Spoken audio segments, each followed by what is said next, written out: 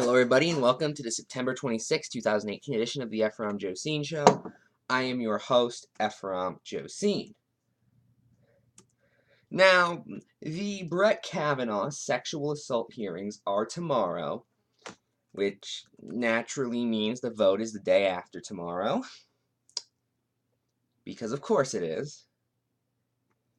And as of right now, we have two prominent sexual assault cases involving him. Now, of course, whether or not either of them are true should be up to a judge and jury to decide. However, you gotta kind of feel bad for the guy. I mean, if he wasn't such, literally the worst person, maybe he wouldn't have all these accusations against him. I'm joking, of course. But hey, we've got a solid 2. What's the worst that could happen? There was another one. Of course, there was another one. Why wouldn't there be another one?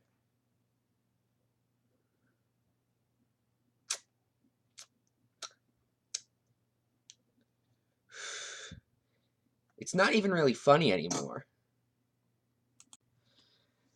The new woman in question is named Julie Swetnick. She came forward via Michael Iannotti, who, if you do not know, is Stormy Daniels' lawyer, and claimed that Kavanaugh, while in high school, drugged many of the women at parties and then gang raped them. I just want to point this out.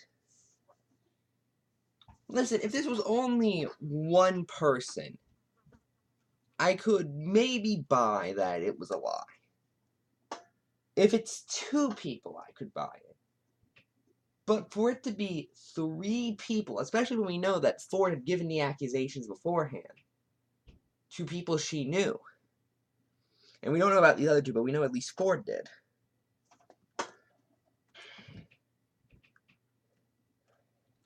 It gets to the point where it would have to be such a coordinated effort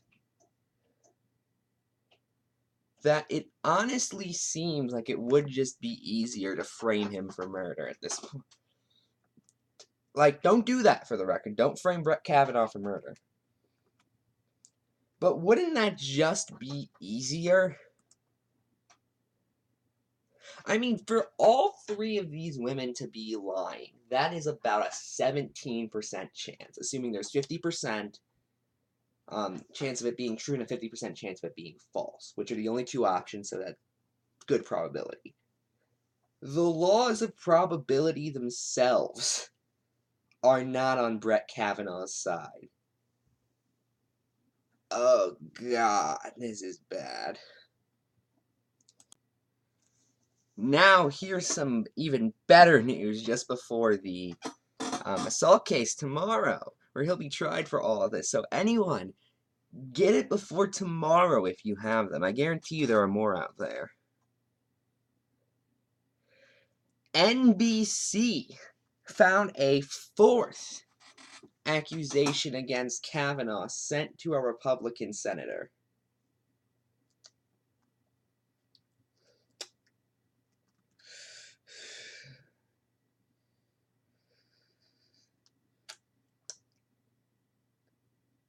I don't even know how to respond at this point. I honestly don't. Oh, God. A 4th one. And all 4 of these women are lying. Just like, at least with Clarence Thomas, it was only 1. That's still 1 more than it should be. But that's 1. Let's just read this. The Senate Judiciary Committee inquired about at least one additional allegation of misconduct against Supreme Court nominee Brett Kavanaugh, according to a transcript of a phone call released by the committee Wednesday. Republican Senate investigators asked Kavanaugh about the new complaint during a call on Tuesday between Kavanaugh and committee staff. When asked about the allegations contained in an anonymous letter sent to a GOP senator, Kavanaugh responded, "We're dealing with an anonymous letter about an anonymous person and an anonymous friend. It's ridiculous, total Twilight Zone, and no, I've never done anything like that." You know, maybe you could get away with making that argument 3 sexual assault cases ago. Am I bitter? I think I'm bitter and pretty jaded at him. I'm sorry, I'm trying to be neutral here. I really am, but there's only so much I can take before I don't even feel like a reasonable person anymore. Before I feel like I'm actually giving him credit. Like, imagine if it was revealed that, say, Charles Manson was behind Princess Diana's death in the 90s. Sure, it may not be completely accurate, but at this point, would you really be surprised? And what at that point is your gut reaction?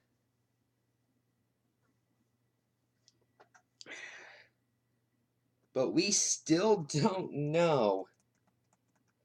While Republican staff posed questions to Kavanaugh, their Democratic counterparts were also on the call but did not ask any questions. Oh, well, that's good. They're just asking questions. And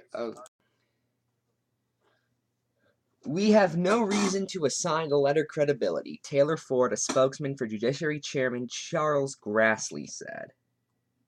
You know, besides the other people who heard these accusations, and even if we did, we'd have no way to investigate the allegations that was made anonymously and cannot be corroborated. The committee regularly receives anonymous letters, some of which are viewed with credibility, but many of which are not. Wait a minute! Some of which are viewed with credibility? Well, what makes this one different? This one should be one that's viewed, considering how, again, it's the 4th. To make sure no stone was left unturned, the committee asked Judge Kavanaugh yesterday about the anonymous letter because, as we all know, rapists are known to admit to their crimes. Judge Kavanaugh flatly denied any such event ever happened. I believe him. The anonymous complaint that was sent to Republican Senator Cory Gardner of Colorado claimed that Kavanaugh physically assaulted a woman he socialized with in Washington, D.C. area in 1998 while he was inebriated. The cedar of complaint describes an evening involving her own daughter, Kavanaugh, and several friends in 1998. Quote, when they left the bar under the influence of alcohol, they were all shocked when Brett Kavanaugh shoved her friend against the wall very aggressively and sexually.